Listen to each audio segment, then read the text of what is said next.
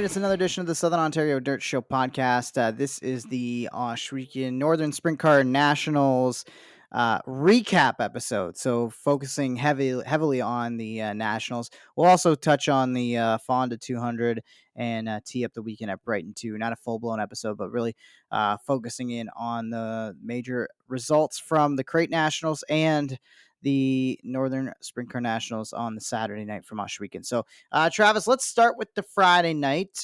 You decided to not participate in this one, save the 360 car. It was really all about the crates anyways for the Action Sprint Tour Pinty's National Series 30-lap A main event. And it was none other than Mike Bowman coming through for the win once again in that one. He gets the win over... I believe it was Mack DeMan. Or excuse me, it was Johnny Miller got him at the end. So Johnny Miller was third, Brett Stratford fourth, Matt Billings in fifth position. Yep, called the winner on that one. And Friday's feature was kind of similar to Saturday's. Track had a little bit more bite during the night earlier on Friday. I was thinking on the TV, but I was thinking the feature for Saturday was going to be just like Friday, and I was pretty much right on that one. But yeah, Bowman... Same thing. Mack DeMan led early, and then Bowman just reeled him in, like Max said in victory lane. It was a Mack DeMan track, and then turned into a Mike Bowman track. And he was pretty gracious in defeat. And yeah, Johnny Miller rolled the second in the big Crate Nationals. That was pretty much the biggest story, if you ask me. Yeah, the Brazilian people in victory lane. That and one Cameron Thompson, we should also point out as well, who had himself one heck of a Friday night for a guy who didn't end up not anywhere near the front, but he made it into the A main. For a guy who made it into the A main after flat out missing the call to get out for his heat, had to come from the C main, got through that, got through the B main, including passing, I think, 6 or 7 cars in the final 2 laps to get into the final transfer spot. It was at least 4. Yep. And then ended up, after starting 30th, finished in 25th in this one. And we've mentioned a couple guys. We're actually going to hear from Cameron Thompson. We're going to hear from Johnny Miller and Mack DeMan all on the show. I've got that audio coming up in just a moment from Friday night. But just talk, what's your take on... What else happened Friday?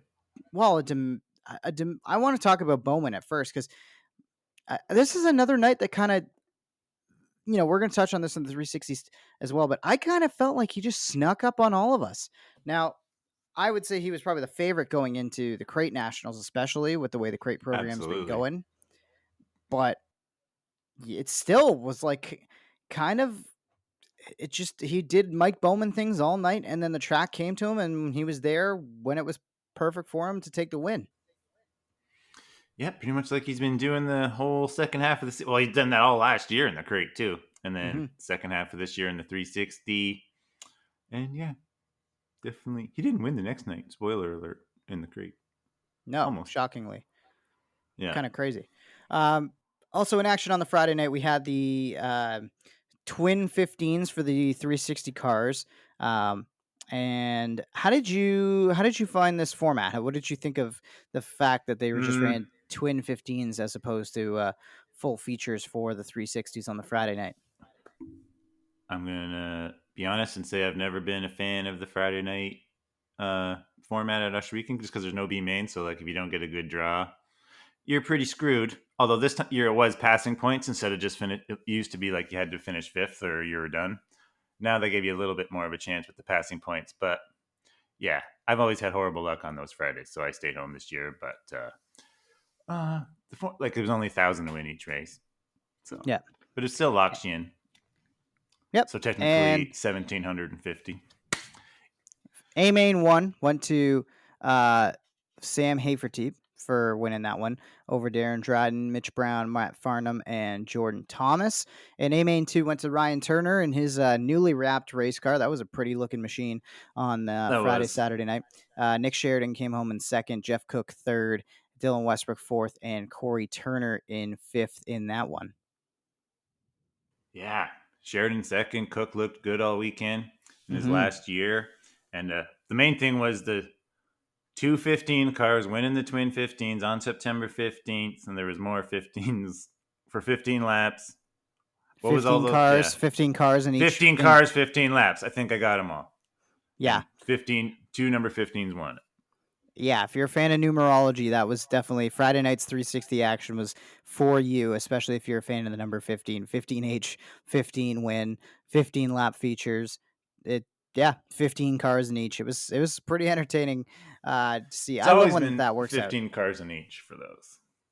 But just the So like, odds of it 15 oh being yeah, the no, that's winning crazy. race car number, like come on, like Yep, yeah, that's that pretty was my wild to favorite see. part.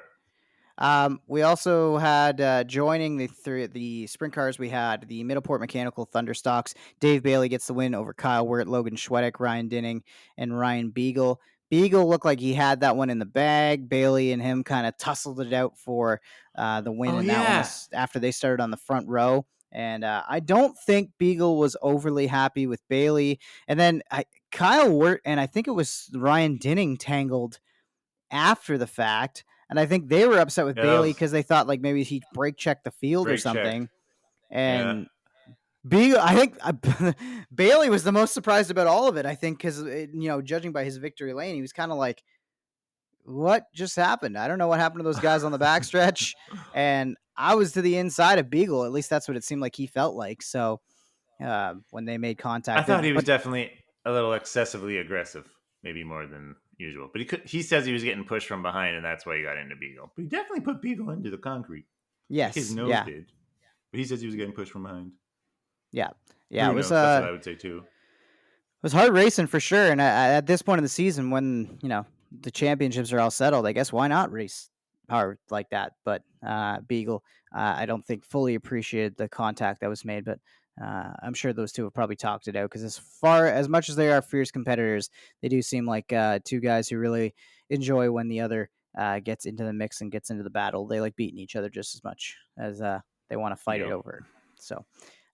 In the mini stocks, Kyle Rothwell gets a win over Fabio Oliveri, Alex Riley, Tim DeBoer, and Ken Hare, and another pretty solid one. Although I would say Rothwell was pretty unmatched. Oliveri got close in the end there, but you give Kyle Rothwell the pole in a mini stock race. As long as nothing goes wrong, he's gonna take care of business.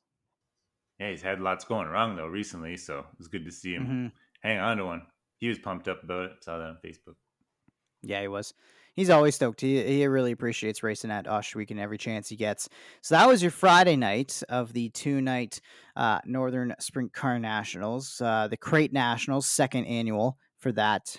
$5,000 goes to Mike Bowman. And what about the Saturday, the 19th annual Northern Sprint Car Nationals? Let's first talk about your night and walk us through the run for the TC90 machine.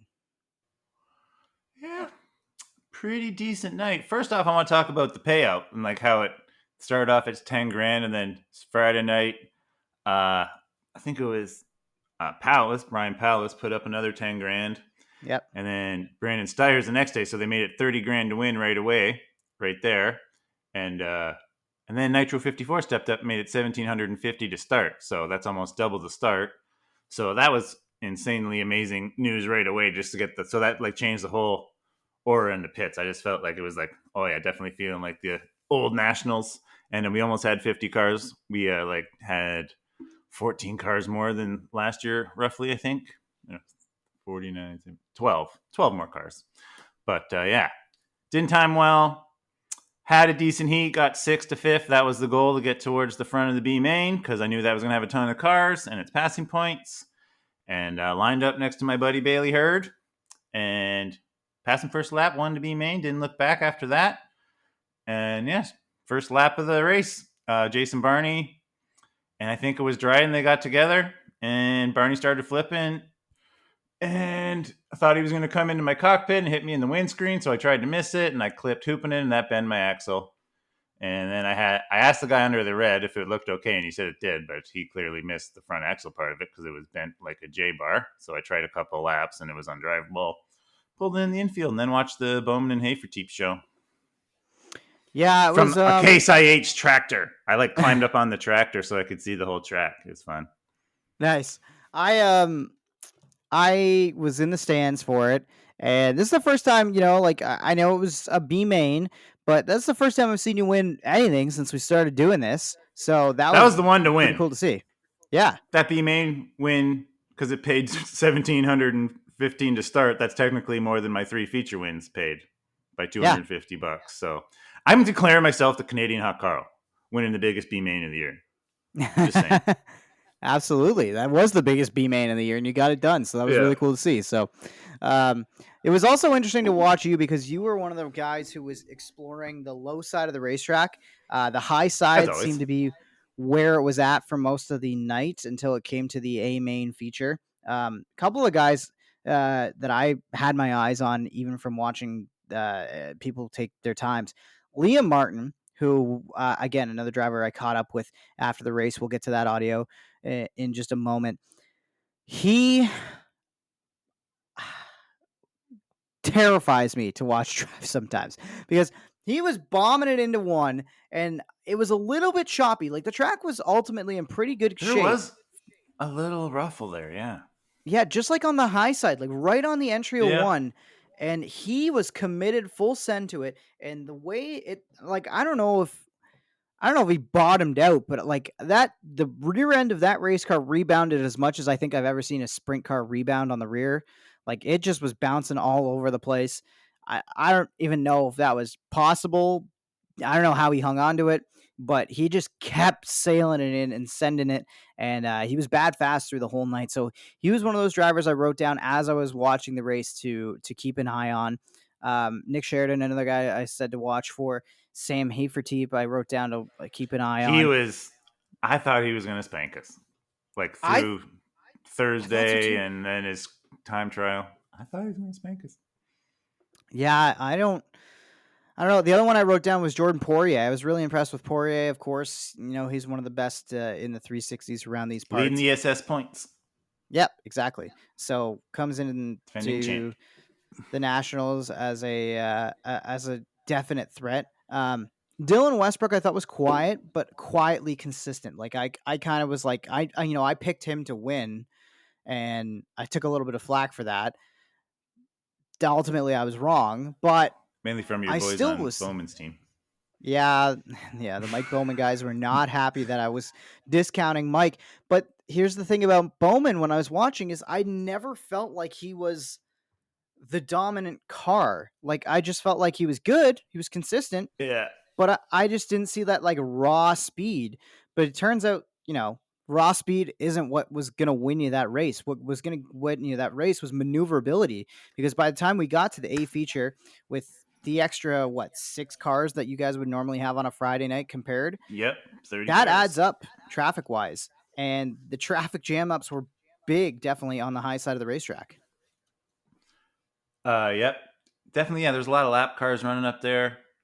And yeah, because if we're gonna talk about the feature, yeah, like I've never seen Haverteet make that many mistakes. Like I don't know if like the Bowman traction control thing, just because like the people that race locally had it so in his head, or like I've never seen him make that. Like especially because he almost flipped it on the restart after the Barney red. Mm-hmm. I noticed, and then yeah, and it was just literally like the race on Friday. He was bombing the top, and I was watching the whole thing, and then eventually, like with 15 to go, Bowman caught him, and Sam did the wrong thing on a lap car, and Bowman got by him, and then he didn't really fully check out, but No, he definitely never Sam really. didn't have anything for him after that. Bowman and the lap car had contact too, Yep. but I just wonder if it's just like that traction control thing was in Sam's head just that much to put him that little bit much off his game. Yeah, if you're unaware, there was a lot of accusations about that 71 car and whether it had traction control. That's a lot of what the Hills Racing team that Sam Haferteep was putting out there. And they did end up protesting the win after the fact. And, the 71 guys are pretty confident they're not going to find anything. That's fine. We'll find out the results of that. We were hoping to get them by tonight, but unfortunately, that's going to be the 29th that we're going to have official confirmation. No big. We can wait for that one. Again, I'm, when I look at that race, we can make the argument there might have been traction control or whatever. Like, if you want to challenge that, that's fine. But it doesn't take away the fact that when you watch the actual racecraft, Bowman was going to the bottom, and he was one of the only front runners who actually could go to that bottom, especially through 1 and 2, which Ohsweken typically is a 1 and 2 bottom side of the racetrack. 3 and 4 high side. That's what everybody seems to tell me about that place. I don't know if Sam just didn't do his homework. I don't know what it was, but he just didn't. He didn't make the in-race adjustments he needed to stay with Bowman and make that a race at the end. Like once, and the other thing too, I would say is that track, just like Friday night, it turned into a Mike Bowman racetrack. The more the race cars ran around Yep. it really started to look just like how Merrittville would look after a 35 lap modified feature. To me, at least, from what I can tell on my That's what it eyeball. drives like. Yeah. So super black slick. Obviously that's going to play into the hands of a guy who's got, how many hundreds of modified starts, right? Like it's really Daryl easy to Turfer throw did out those post this accusations. week that like Sam has driven a modified too. Not as much as Mike Mm-hmm. in Texas, different kind of stuff, but he has small tire experience as well. I did not know that, and now I do. But yeah. Want to know one thing? Merrittville Modifieds, like the mind games that get played over there, is a lot more intense than the 360 games at Ohsweken. I still say that played into it a little bit. Mm-hmm. Just that traction control thing hanging around, because that's been a thing since pretty much like the Pinty's race when Mike swept all that money. So that's kind of been swirling around since then. So they finally did. Hey, and they thought that they put up the money and they sent away both top two. They let Liam Martin go. Clint said the top two. I just watched their show tonight, The Race Rivals. Check that out for their opinions on it. But yeah, both top two guys agreed Liam Martin definitely didn't have any kind of stuff like that. So they just sent the top two. And yeah, I'm not saying anything else on it until we get the results back. That's basically it. Yeah, exactly. That's going to be kind of the tail of the tape. I did find it kind of funny that the driver of all drivers to go after Bowman was Alex Hill, who unfortunately didn't make the A main. So it's like, I get that your teammate comes home in second and, you want to allege that the car that beat him was illegal. But like, I don't know. It's just like, you got to be there to be a part of it. Yeah, that tweet tough. was a little much. She should have saved it until if he got caught, but I'm not picking on that one. Yeah, exactly. Like, just save it. Just, you don't have to put that out there until it's confirmed. And then if the test goes that way and Bowman then you can ride it. Then you can ride it. Exactly. You can ride it till the cows come home. That's fine. But the other thing too is they sent away Sam's car. So what happens if it turns out there's something on the Hills car that they find is illegal too? So I don't know. I'm praying they both come back legal. That's my pray. Yeah, that would be nice. We want to have as legitimate of a race as we possibly can, because we've had enough drama around here in this region this year. We don't need any more. You're telling me. I second that. I know. But either way, as of right now, Mike Bowman is your 19th annual results. champion of the Northern Sprint Car Nationals. So I do want to touch on, like, I was standing out hanging out in the tech barn. Like, I was watching them pull it out just to make it was all. They got cameras in there just for all that stuff. But craziness. This is I think this is the first time this ever happened at the Sprint Car Nationals. Yeah, where there's a full-on challenge of it. Yep. And we'll see. Like I say, if it all stands though, like, what a month for Mike Bowman. Like, 65,000, give or take, $70,000 in winnings over the last month between the crate car and the 360 car. The hottest driver in sprint car racing, and you got to wonder what the future could be for that 71 team and for Mike Bowman. Like, you got to think the ESS has to be on the horizon. Who knows what he's thinking? I know he's thinking maybe Florida. Did I say that too soon? Maybe. But yeah, Flu should be a good one. But just he'll probably start traveling a little bit. I know he's not going to run the crate anymore, so they're going to jam another 360 in there and have two cars. So. Yep. So I've been teasing race other stuff.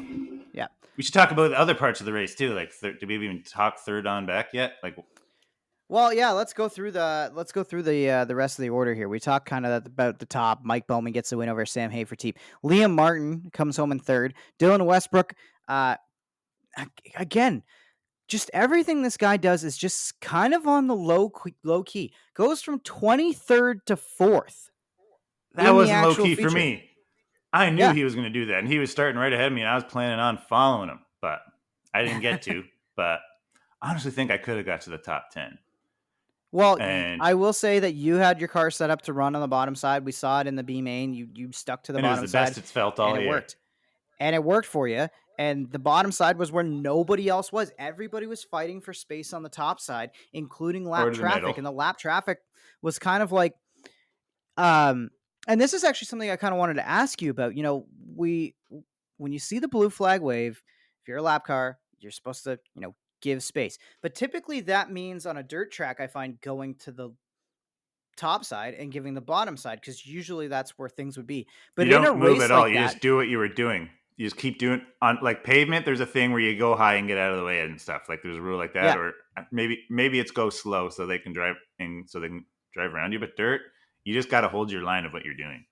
yeah. So Like that again is where I go with Haferteep, and where I go with some of the guys who failed to move forward in the races is, if the car in front of you is getting the blue flag, like if you can see that, that you have to go to the bottom. They're not going to get out of your way because they've been running the top side like everybody yeah, else has the whole they're race. racing for position too normally.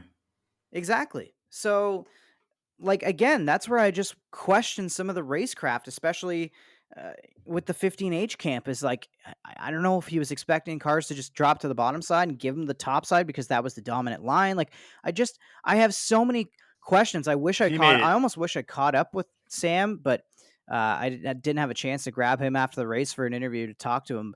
But I would have been. I'm so fascinated about what he was expecting, why he was so committed to the top side, why he didn't get more adventurous at the bottom side to get through some of the lap traffic, other than the I'll times tell that he you, did. when he won his race in 2011, I still remember this like it was yesterday. When he won his Northern Nationals race, like he showed up Thursday, parked way back in the pits. Back then, Thursday night was a race, not just practice. Mm-hmm. So he watched Thursday night with Daryl, and then he watched Friday night with Daryl, and he learned everyone's like stuff of what they do there. And then he unloaded Saturday and hit the top side for all 30. I think it was 30 laps back then. I can't remember if it was 30 or 35. Anyway, he led them all on the top side. So maybe that's like in his head as well. Just like that's how he got it done that time, and this time it didn't work. One other thing I want to say before we get too far away from the winning drive from Mike Bowman. It's really easy to make accusations about traction control, and again, that is still yet to be proven one way or the other. It could come back, and that I could didn't be say nothing. the winning degree. But the thing that I've noticed, because I did follow Mike around for the Sit and Bowl tire shootout, for a piece on Inside Track that's going to be coming out in the next, I think, month or two. Watching that 71 team and watching Bowman, he is immediately jumping on the phone after he gets on the out of the race car and is watching his race back, whether it's on GoPro footage or using the G-Force broadcast, because you have that. G-Force films everything at Ohsweken, so all you got to do is pop into the live feed and kind of rewind it back, and you can watch your race back, or have somebody on your crew just have it open for you so it's ready to go right there. And he's studying. He's looking over those lines, and we talk about in NASCAR, everybody is all running the same and everybody is so tight in that field and that level of professional motorsports, is because they have the data to do so. Everybody, if you want to go, if you're Denny Hamlin and you want to see where Chase Elliott's better than you in practice, you go look at that SMT data that they've got. This is as close as you can get in the sprint car world. Is you've got the live feed. Go back and watch it, and you can learn and you can study. And I think right now that's one of the And you got all things the that lap times Bowman's on your doing. phone too. Everyone Yeah, does that though. Checks the lap times on the phone. exactly. But at least that way you can go and watch the actual where they're running, and that's where you can maybe see whether somebody's beating you somewhere. So that's kind of at least the big difference that I've seen in terms of driver preparation. That's one thing that I could see making a big difference, especially if you're a good student of the sport. So Yeah. that's been And like interesting to watch. Mike was keeping this secret most of the year, but he did reveal it in Victory Lane, I think, on the championship night when he wrapped it up. That Guy Forbrook, like Hall of Fame, Sprint Car Hall of Fame crew chief, has been helping him all year. So With his he's always shocks, I believe, right? shocked and setup and stuff. So Mm-hmm. that definitely helps out. Yeah, having that in your back pocket goes a long way as well. Still got to drive it though. Mm-hmm. And his hands never move when he's driving around them corners. That's what I noticed about the modified channel video. I've said it 10 times.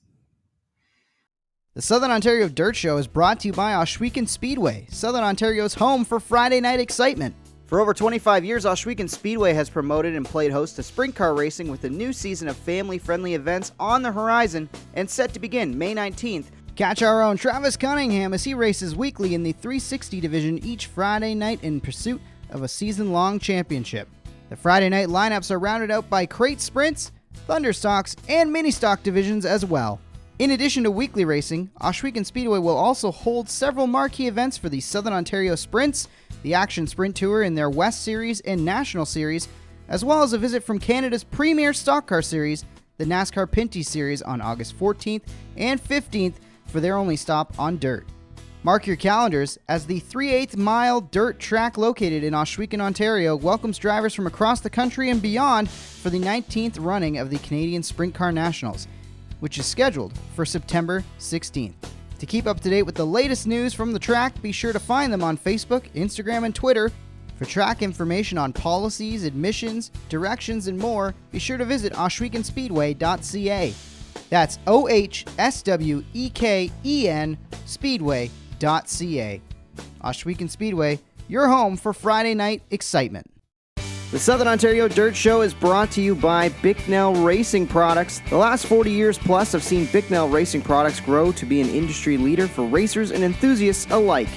Their St. Catharines location is home to 20,000 square feet of manufacturing and retail space, with a second store in Niagara Falls, New York, and a dealer network that continues to grow day by day to serve Southern Ontario, Western New York, and beyond. Bicknell Racing Products distributes Hoosier tires for much of Eastern Canada, New York, and even parts of Pennsylvania. BRP has everything you could need to keep your car performing at its peak, with genuine parts from the manufacturer. They even have a technical support line committed to helping you with the most up-to-date information and feedback from racers and crew chiefs. Have you ever thought about a career in the automotive or racing industry? Now is your chance to take the leap with Bicknell Racing Products. They are looking for CNC machine operators, welders, and more to join their team this season. Please send all resumes to Dana Curving at BicknellRacingProducts.com. That's DANACURVIN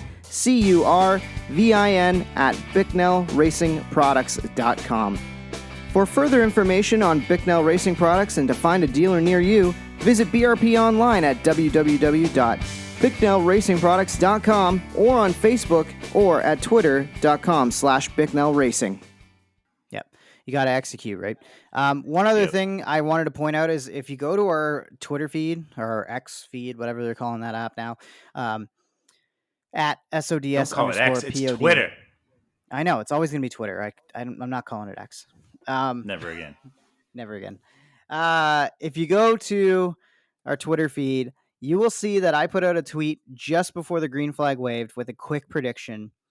And I predicted that it was going to be, I don't remember the order now.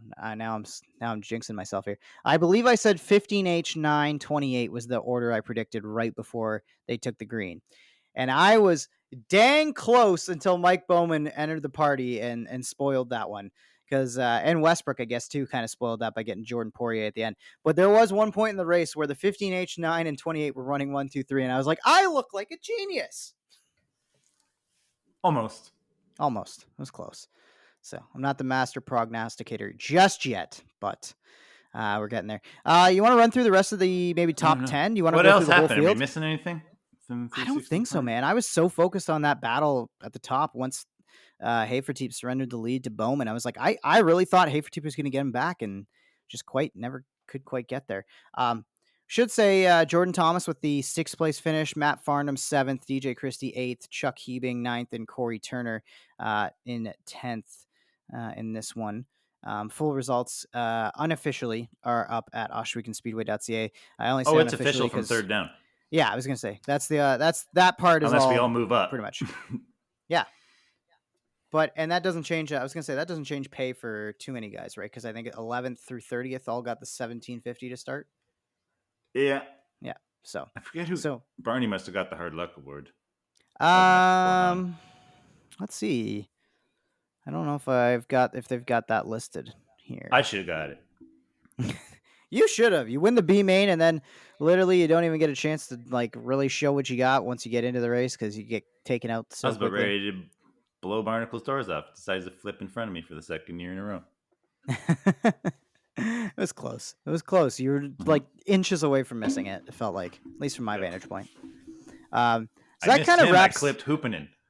Yeah. Like, Hoopanen had to go to the work area for a bent shock. That was me clipping his left rear, trying to miss that and save the left side of my car because Barnick was about to clean half of it off. Yeah. Yeah, it was kind of.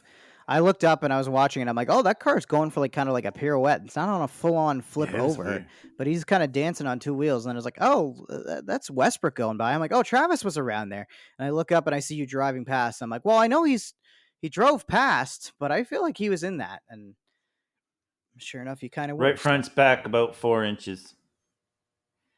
That doesn't sound ideal. I don't know a lot about technical aspects of race cars, but that doesn't sound ideal. I gave it a shot, but it was undrivable. Just couldn't even get on the gas without the right rear coming around because it knocked all the caster out of the left or right front.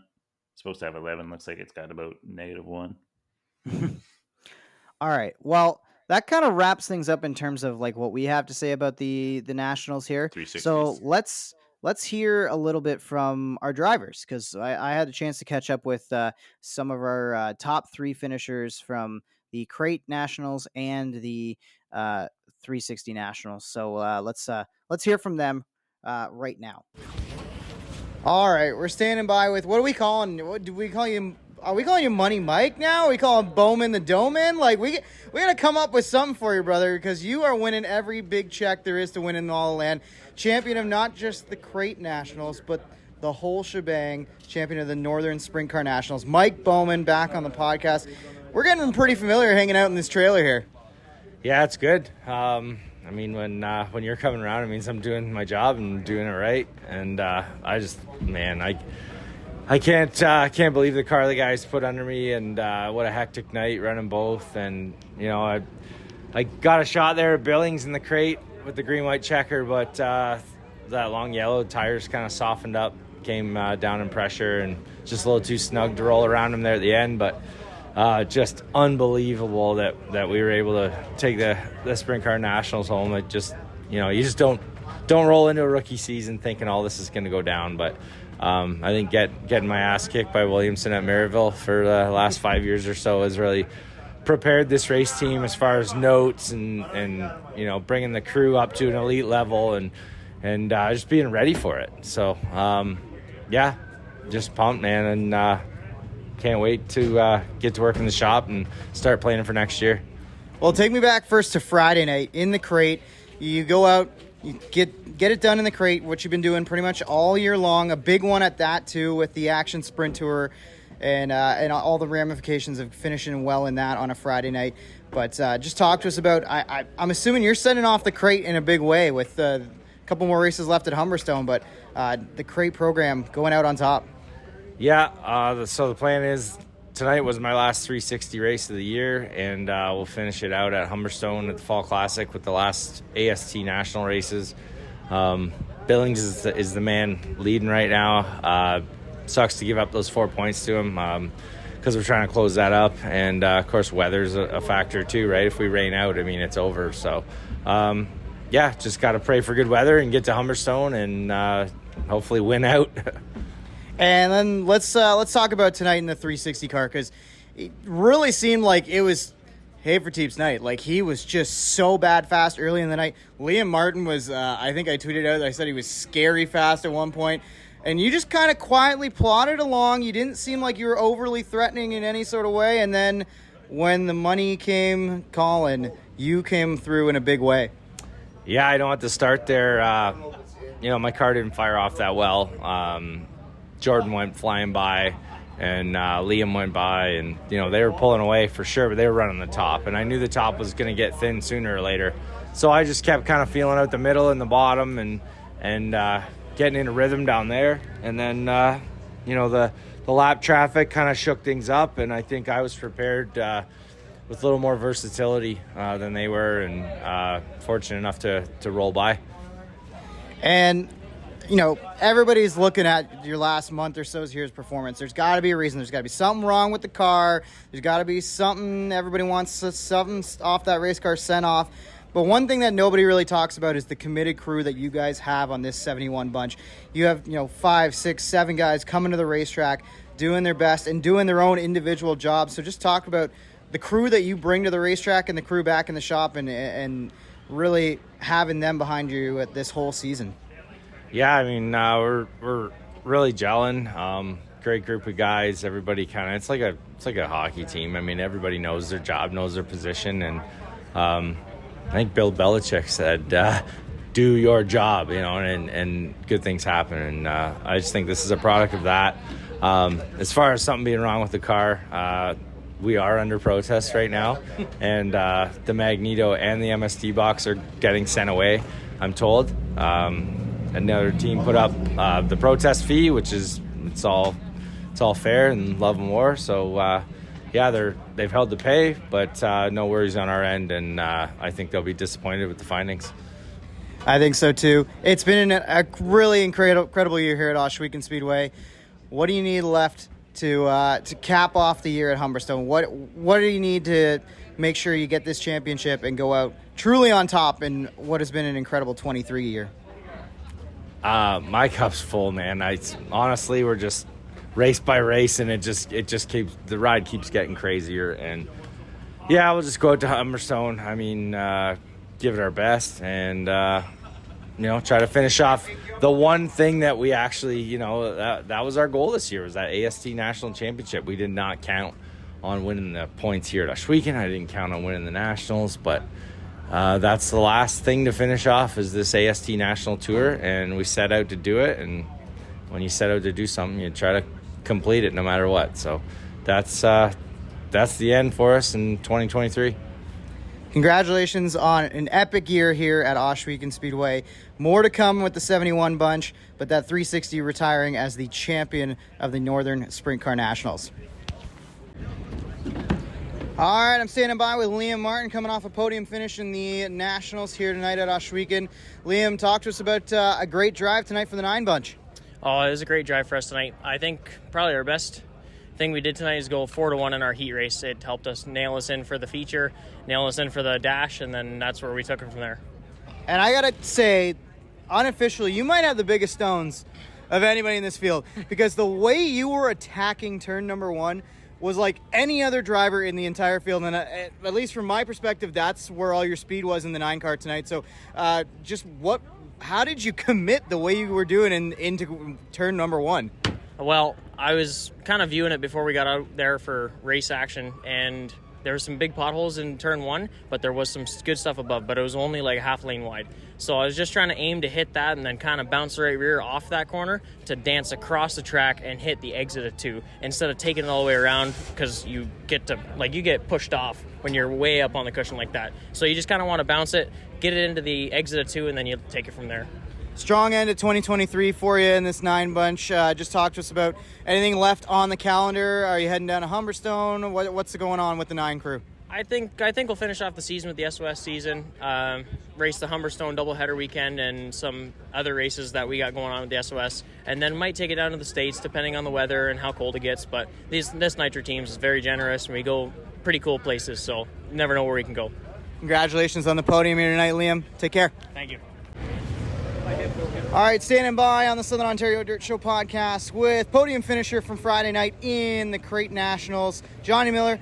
Johnny, talk to us about a great drive, fighting it through and getting on that top podium spot and really rounding out the year here at Ohsweken with some solid momentum. Yeah, me and my team, we just really just tightened up the car compared to what we were running in the dash.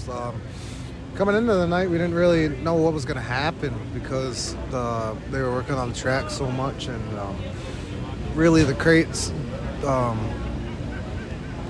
it's all about driver, especially when it's a heavy track, because it's all speed, and if you cut down your speed with a brake or with a bad corner, it's hard. So, and that's what I usually do. I'm not the most consistent driver going into the heats, into the dash, but went into the heat and I moved up a position or 2, and then put me into the dash. And really, I didn't think I was gonna do anything. I just said to myself, I'm just gonna chill, lay back a little bit, because we're just fighting for top 8, right? But I seen a position open up, so I just went for it, and multiple win, and got top 4. Started 7th, so started 4th in the feature, and I was just gonna wait until everyone messed up, really, and that's what I did. Mack kind of was trying to fight with Bowman too much, and I think he forgot about me. And I just stuck around him on the bottom, and he really didn't have nowhere to go after that because he didn't think anyone was going to be up there with him. Because if he didn't notice, I was there, which I'm usually not. I'm like top 10. So I was up in the top 5, and he didn't even know I was there. So I snuck around him on the bottom and was trying to catch Bowman, but just didn't have enough laps. And yeah, our team did really well over the whole year. The GSR chassis. As soon as I stepped in one, after destroying the Eagle, I went into a different chassis, came third, and it was kind of similar to the GSR, but I went into the GSR and it felt completely different. It's a lot smoother, it's a lot better in the slick. Like, you can actually drive it hard and it'll feel like you're working the car, and that pretty well helped me in the slick because nothing but the GSR cars are good in the slick. So I just worked my way up to second. And I seen Bowman. I knew he was way too far ahead of me, but I knew I was catching him because he was fighting with lap traffic the whole time. So I just waited patiently, kind of tried to sneak up towards him, and this is by like lap 28. I was about like 6-7 car lengths away, 8 car lengths, and I just knew it was not gonna get him. So I just chilled in second, ran my race, and got second. So it was a top podium finish for the team for us, me and my dad and my uncle. We travel around with the actual sprint tour. We do a lot with Clint and Jeff and all the guys, and we always go to different tracks. And Ohsweken's really not the track I'm good at because it's I'm not really good at big tracks. It does kind of spook you compared to like Brighton or Merrittville, which is like more skill based. And last night was really well. So it was really nice for me to go from 4th to 2nd without really any complications in between. I didn't fall back, I didn't really do anything, but I just went forward, so it was a good night. And you mentioned you had some success at Merrittville. That's where I caught up with you on the front stretch a couple weeks ago. That was awesome to see. And another short track left on the schedule, so I got to ask, are you heading to Humberstone, and how confident are you feeling after a couple podiums in the last little while? Yeah, we're going to Humberstone. We'll be there for the 2 nights, the doubleheader. And I really like that track. Humberstone's kind of small. It kind of reminds me of Merrittville, just without the D shape. It's kind of like a Brighton, but a little bit more banked and a little bit more sandy, I should say. It's a little bit of a dirty track. So, yeah, I'm going in there with confidence, hopefully doing well. I do like the small tracks because it reminds me of the go-karts, and with the go-karts, all you would do is just get in there, maybe hit them a little bit, bump them, and you'll just go in. And with the short tracks, you kind of got to be aggressive and got to drive it a little different. So that's what I'm going to do, and hopefully do well at Humberstone and get a couple good finishes. Congratulations on a great year here at Ohsweken. A lot of growth in this crate class. Good luck the rest of the season. Thank you. Thank you very much. All right, we're standing by post-race with Mack DeMan, coming off 2 pretty solid nights here at Ohsweken, especially with the podium in the Nationals for the crate on Friday night. Talk to us about the Friday night drive. Yeah, Friday night was good. Obviously, nobody likes going backwards, but yeah, Mike Bowman's got it figured out. Yeah, it was kind of my track, longer race than normal. If it was 20 laps, I might have had a better shot, but yeah, my track for a bit, and Mike's track for the end, and once he gets by you, you kind of got to search and do something different. And tonight we tried something different and it didn't really work out. Finished 4th, and just gotta keep trying to get better. When no choice really, right? For the listeners, what is a Mack DeMan track? What do you like in this surface here at Ohsweken where it really responds to you? Yeah, no. As soon as the top's kind of gone and you gotta go through the middle, or the middle is the faster way. That it's kind of not my digs, or we don't have the setup quite figured out for it yet. So it's just the Mack DeMan track. More so when I ran 360s was still some cushion. Yeah, fair enough. So what's left on the 2023 schedule for you? Are you heading down to Humberstone? Is that the plan to end off the year in the crate? Yeah, I think that's it for the year. I think my car is going to be for sale, and I think we're only going to be doing a few crate races next year, not too many. A couple new things. It might be back on asphalt a bit next year with the same team. So we'll see see.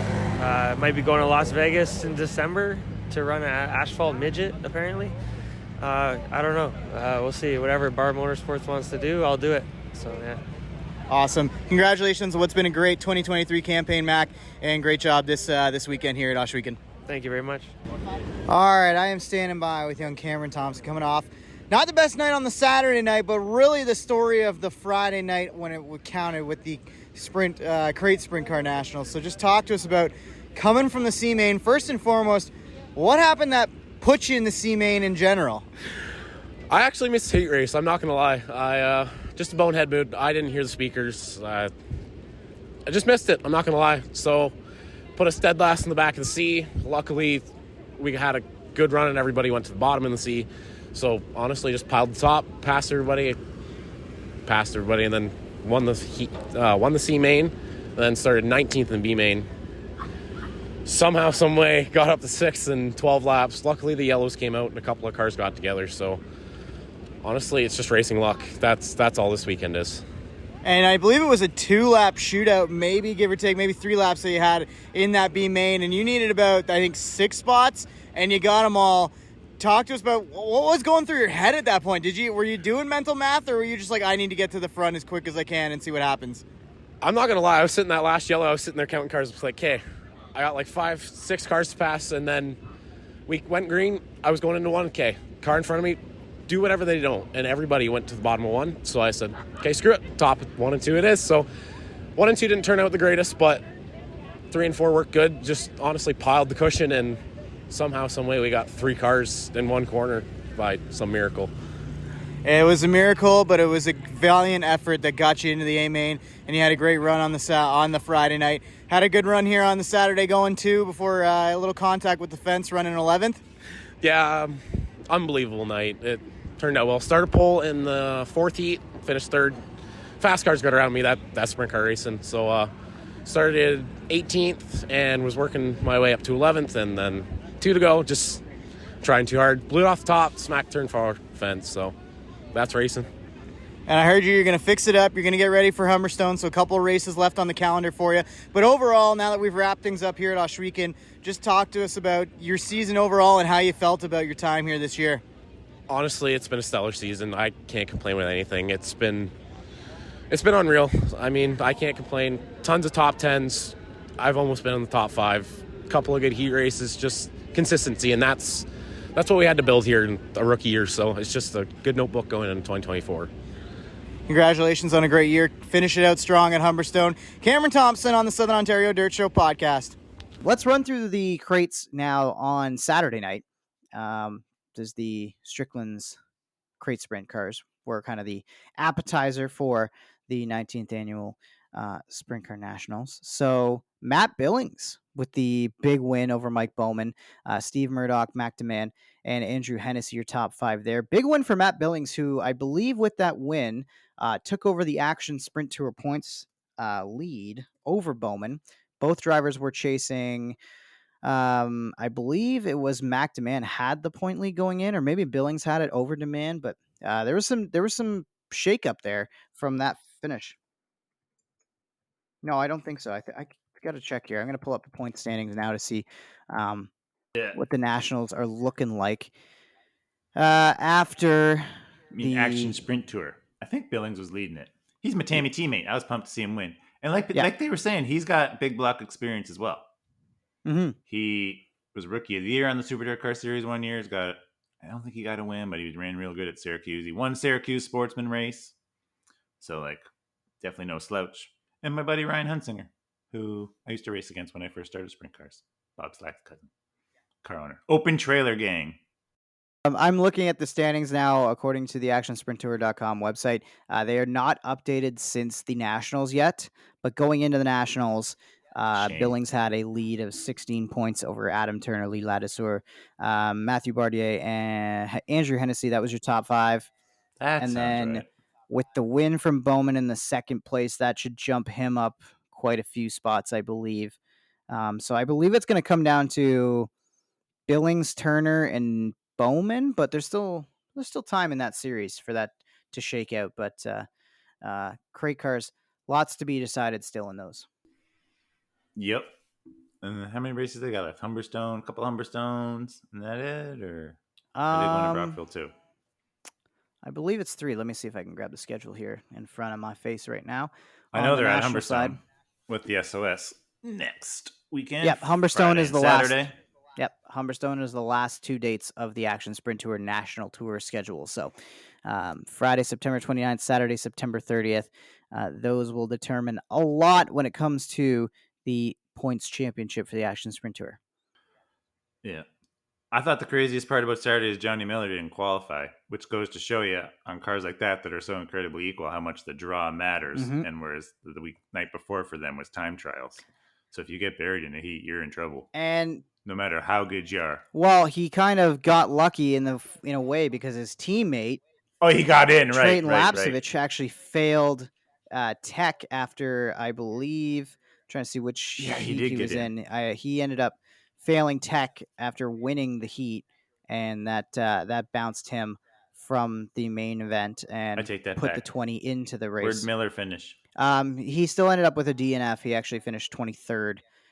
Didn't quite Okay. make it to the end of that one. So Cameron Thompson, another one. Trayton Lapsevich was light? I think it was that he was light. I might be misremembering that, but I believe, yes, he was light. Another He one that weighs was all kind of of a 100 heartbreaker pounds. too was Tyler Willard.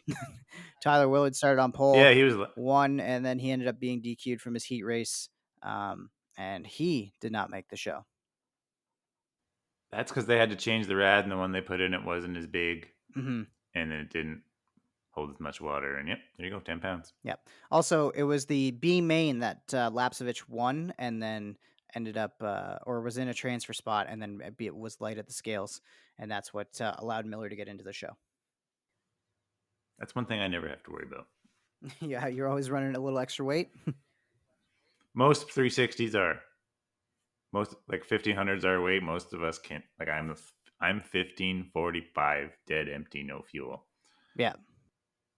And when I teched at Ohsweken for the Nationals one year in like 2018, Holly Porter was like one of the only ones. She came through with like not much fuel in it, and she was pretty close to the minimum weight, which was 1475 back then. It's 1500 now, but unless you're super tiny like her, you're not going to be getting too close to the minimum weight. Well, maybe when you hit the gym with me in the off season here, like that might bring you a little bit closer. Yeah, but if you put muscle on, it makes you heavier. That is true. A little bit. That is true. You got to be careful. TC and J. That's why like when F1 mattered for weight, right? Mm-hmm. They had to look like string beans. Like that's why the cars are heavier now. That's why Lewis Hamilton said he put on like 20 kilos almost of being jacked, whereas before he couldn't do that. He had to be like complete string bean looking. Mm-hmm. Like Mark Webber had to like pretty much starve himself to the point where he would get sick. Yeah, because he was jacked anyways. He was tall. Yeah, and super tall. Yeah. Yeah. You guys, I guess I'm going to go through it too, because I'm going to probably have to shave a little bit of weight for. I'm going for like the starting James next Hunt body style. Right? Yep. He's not like super ripped or nothing, but flat stomach, not too jacked, but toned. I believe in you. That's nice and light. Nice and light. And you can last in a sprint car. The best part about sprint car racing is it's a sprint race. It's not an endurance race. So like, whereas a Formula One guy, if you were training, you'd be going on like an hour run or an hour and a half run. Whereas a sprint car, you don't have to do that. You can just kind of do wind sprints or like hits up and down your street for like 5-10 minutes. Cause that's like our longest race of the year is like the Nationals. That's a little longer, but normal night, if you go green to checker, it's like 8 minutes. Yeah. So yeah, so if you just do like an 8-minute hit workout, that's all you really need. We need like a race car fitness guy or girl. That'd be cool. We have like there's some out there. Personal trainer who works just with like race car drivers on the show. That would be kind of cool. It's a lot more like you're not going for your max, but like one bench press exercise is like you start with like 100 on, not much, right? And you do like 12, and then you pull like 10 down and like do 14, and like you keep pulling weight off, but you got to keep doing more reps. That's like stuff like that. Mm-hmm. I forget if it's for like muscle stamina instead of muscle growth or whatever. True. Well, yeah, It's almost the off What season. else are we It's talking almost about? time to stand. Well, we Yep. got to talk about. We normally would just leave it at the sprint car stuff, but we did have a pretty big race on the short track Super Series calendar that I Yeah, feel we like got we to got to talk talk about about. it. So Stewart Friesen Have to. gets the win in the Fonda 200 from Fonda on September 16th. Gets the win over Matt Shepard, Tyler Dibble, Matt Williamson, and Tim Fuller. Yep, this is technically the biggest paying race in dirt modifieds of the year. $53,000 went to Stewie, and he rolled out a 2023 Bicknell that I welded. I might have been a little hungover when I welded. I'm just going to say that. Back in December, I noticed like a lot of these guys will buy new cars and they don't roll them out until like the end of the year the next year, because this Stewie just started running this car soon, and he looks almost like old Stewart Friesen again. And the car looks real good. Travis Miller threw a nice just black body on it, and they just kind of put the blue on top of the black, so like you can still see the black behind, and that scheme looks really good like that. And I loved seeing Stewie win that thing and kick butt like old times.